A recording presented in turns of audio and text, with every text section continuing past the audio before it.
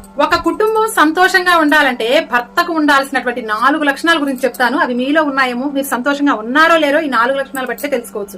అందులో నెంబర్ 1, పక్క చూపులు మానండి. ఒకే కుటుంబంతో సంతోషంగా ఉండండి. ఇక నెంబర్ 2, ప్రతి విషయంలో కూడా భార్యని తప్పు పట్టకండి. కొన్ని మీ మంచికే చెప్తుంది, కొన్ని తెలియక తప్పులు చేస్తే క్షమించండి. ఇక నెంబర్ 3, మీ కుటుంబాన్ని కాపాడుకోండి.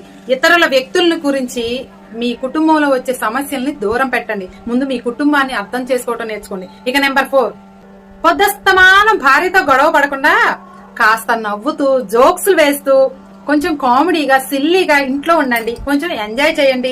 మీరు ఇలా కామెడీగా ఉన్నారనుకోండి, మీ భార్యకు వస్తే కాస్తో కోస్తో కోపం కూడా ఫటాఫట్ గా ఎగిరిపోతుంది. కాబట్టి భార్యాభర్తల బంధం ఏదో మనం తెచ్చుకుంది కాదండి, ఆ పైవాడు ఎప్పుడో మూడేశాడు. అదే మనం ఇప్పుడు పోషిస్తూ ఉన్నాం ఆ పాత్రని. కాబట్టి ఈ పాత్ర ముగిసే వరకు కూడా చిన్న వస్తూనే ఉంటాయి, పోతూనే ఉంటాయి. వాటిని పోనివ్వండి, ఎందుకు వెనక్కి గుంజుతారు? కాబట్టి మీ భార్యాభర్తల బంధాన్ని చాలా బాగా ఎంజాయ్ చేస్తూ అర్థం చేసుకుంటూ ఉంటే స్వర్గం ఎక్కడో లేదండి, మీ ఇంట్లోనే ఉంటుంది. నా మాటకి ఏకీభవిస్తే కామెంట్ సెక్షన్ లో వేస్తాను, కామెంట్ చేయండి. వీడియోకి ఒక లైక్ చేయండి.